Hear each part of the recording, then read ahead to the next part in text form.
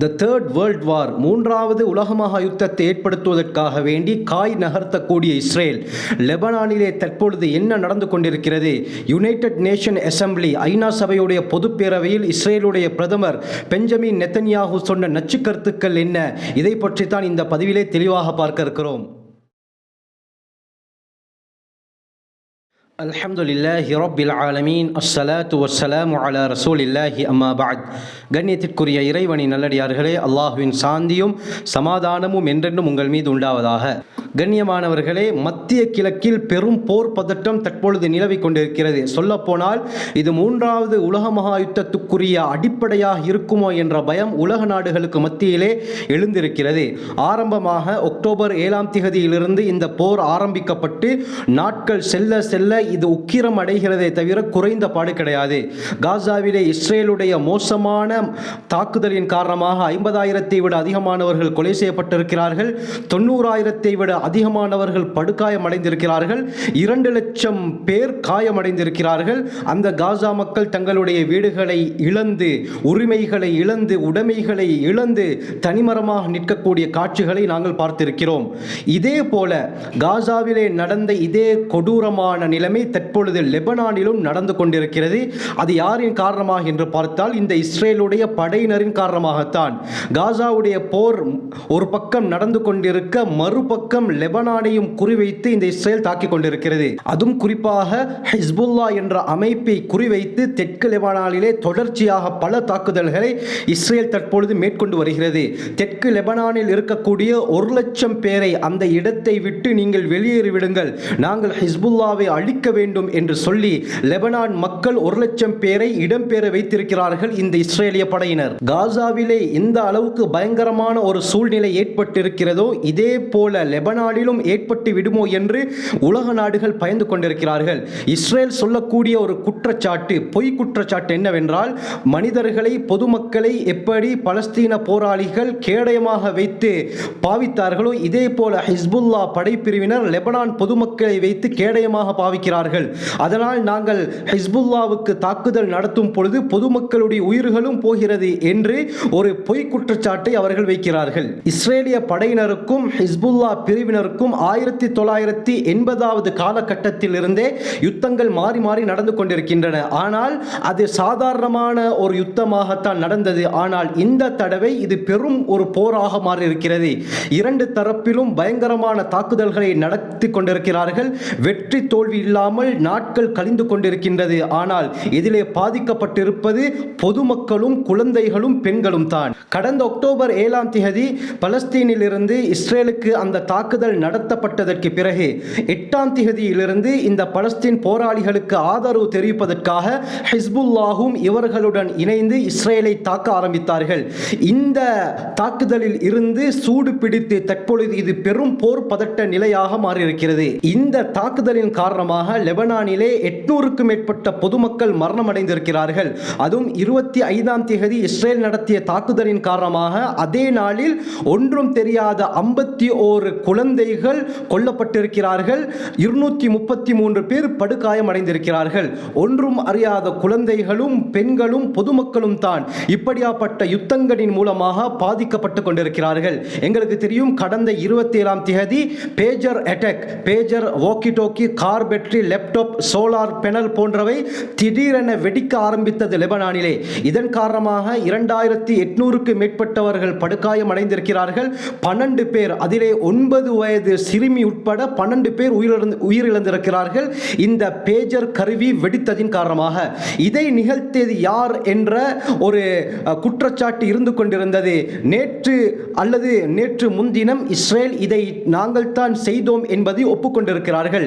இந்த pager attack, pager கருவியிலே வெடிமருந்தை பொருத்தியது இஸ்ரேலுடைய புலனாய்வுத்துறை Mossad தான். இந்த மொசாடுடைய இந்த அதிர்ச்சிகரமான தாக்குதலின் காரணமாக அவர்கள் குறிவைத்து ஹிஸ்புல்லா அமைப்பினரை தாக்கியிருந்தாலும் இதனால் பாதிப்படைந்தவர்கள் பொதுமக்கள் தான்.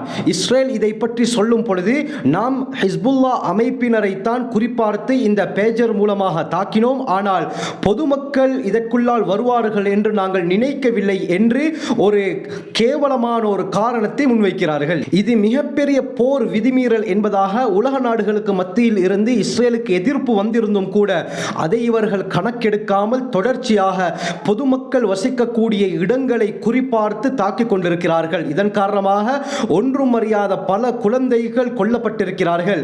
ஒரு வீடியோ வெளியாகி இருக்கிறது. அந்த வீடியோவில் ஒரு குழந்தை படுகாயம் அடைந்திருக்கிறது. ஒரு ராணுவ வீரர் அந்த குழந்தையை பார்த்து உங்களுக்கு எத்தனை வயது என்று கேட்கிறார். அந்த குழந்தை வருத்தம் தாங்க முடியாமல் அதற்கு பேச முடியாமல் இருக்கிறது. கையால் 3 வயது என்று சைக்கினை செய்கிறது. கண்ணியமானவர்களே, 3 வயது குழந்தைகள், 2 வயது குழந்தைகள், பிறந்த குழந்தைகள் போன்ற எத்தனையோ குழந்தைகள் இந்த யுத்தத்தால் கொலை செய்யப்பட்டுக் கொண்டிருக்கிறார்கள். இந்த போரால் இளை தலைமுறையினருக்கு பெரும் அச்சுறுத்தல் ஏற்பட்டிருப்பதாக உலக தலைவர்கள் கூறுகிறார்கள். யார் என்ன கூறினாலும் இந்த இஸ்ரேல் எதையும் கணக்கெடுக்காமல் தொடர்ச்சியாக இந்த யுத்தத்தை நடாத்தி கொண்டு தான் இருக்கிறார்கள். ஹிஸ்புல்லா அமைப்பினர் ஏதாவது ஒரு தாக்குதலை இஸ்ரேலின் மீது நடத்திவிட்டால் இவர்கள் தீவிரவாதி, பயங்கரவாதி என்று சொல்லக்கூடிய உலக நாடுகள் இஸ்ரேல் நடத்தக்கூடிய இந்த தாக்குதலுக்கு ஏன் மௌனமாக இருக்கிறார்கள்? அவர்கள் இனப்படுகொலை செய்கிறார்கள். உலக நீதிமன்றம் எதிர்த்தும் அவர்களுடைய பேச்சை கேட்காமல் தொடர்ச்சியாக இஸ்ரேல் இந்த மக்களை குறிவைத்து கொலை செய்வது தான் பெரும் ஆச்சரியமாக இருக்கிறது. கண்ணியமானவர்களே, இந்த 27ஆம் தேதி யுனைடெட் நேஷன் அசெம்பிளி அமெரிக்காவுடைய நியூயார்க்ல ஐக்கிய நாடுகளுடைய பொது பேரவை நடந்திருக்கிறது. இந்த பொது பேரவைக்காக வேண்டி இஸ்ரேலுடைய பிரதமர் பெஞ்சமின் நெத்தன்யாகு வருகிறார்.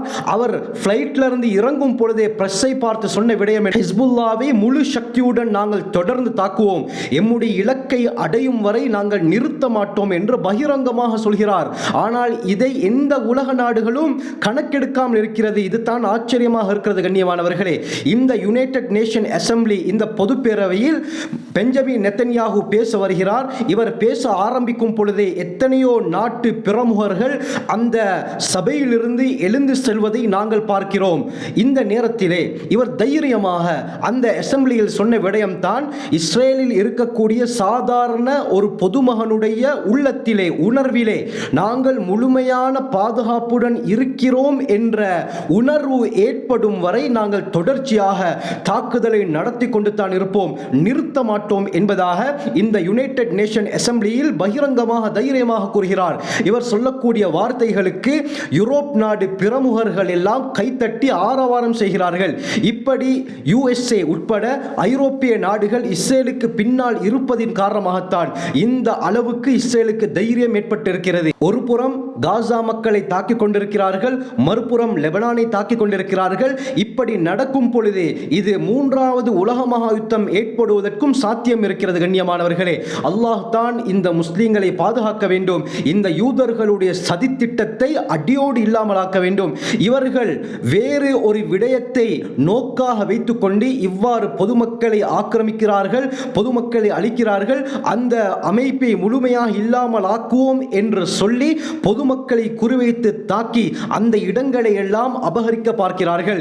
இதுவும் ஒருவேளை இந்த கிரேட்டர் இஸ்ரேல் என்ற அவர்களுடைய சதித்திட்டத்துடைய ஒரு படியாகத்தான் இருக்க முடியும். எது எப்படி இருந்தாலும் நிச்சயமாக இவர்களுக்கு ஒரு முடிவு இருக்கிறது. அல்லாஹ் சுப்ஹானஹு வ தஆலா இமாம் மஹ்தி அலைஹிஸ்ஸலாத்தை வெளிப்படுத்தக்கூடிய காலம் மிக நெருங்கிவிட்டது. நான் மஹ்தி அலைஹிஸ்ஸலாத்தை பற்றி எத்தனையோ விடயங்களை இந்த சேனலின் மூலமாக பேசியிருக்கிறேன். அவர்கள் வரும் பொழுது உலகத்துடைய நிலை எவ்வாறு இருக்கும், யூதர்களுடைய நிலை எவ்வாறு இருக்கும் என்பதை எல்லாம் பேசியிருக்கிறேன். இந்த யுத்தத்தை பார்க்கும் பொழுது அடுத்ததாக இமாம் மஹ்தி அலைஹிஸ்ஸலாத்துடைய வருகை நிச்சயம். கண்ணியமானவர்களே, அல்லாஹ் சுப்ஹானஹு வ தஆலா முஸ்லிம்களையும் அவர்களுடைய உடைமைகளையும் பாதுகாப்பானாக, யூதர்களுடைய சதித்திட்டத்தை முறியடிப்பானாக. நாம் நம் வாழ்க்கையை சிறந்த முறையில் அமைத்துக் கொள்ள வல்ல அல்லாஹ் நம் அனைவருக்கும் கிருபை செய்வானாக. ஜஸாக்குமுல்லாஹு கைர். வ ஆகிரு தஅவானா அல்ஹம்துலில்லாஹி ரப்பில் ஆலமீன்.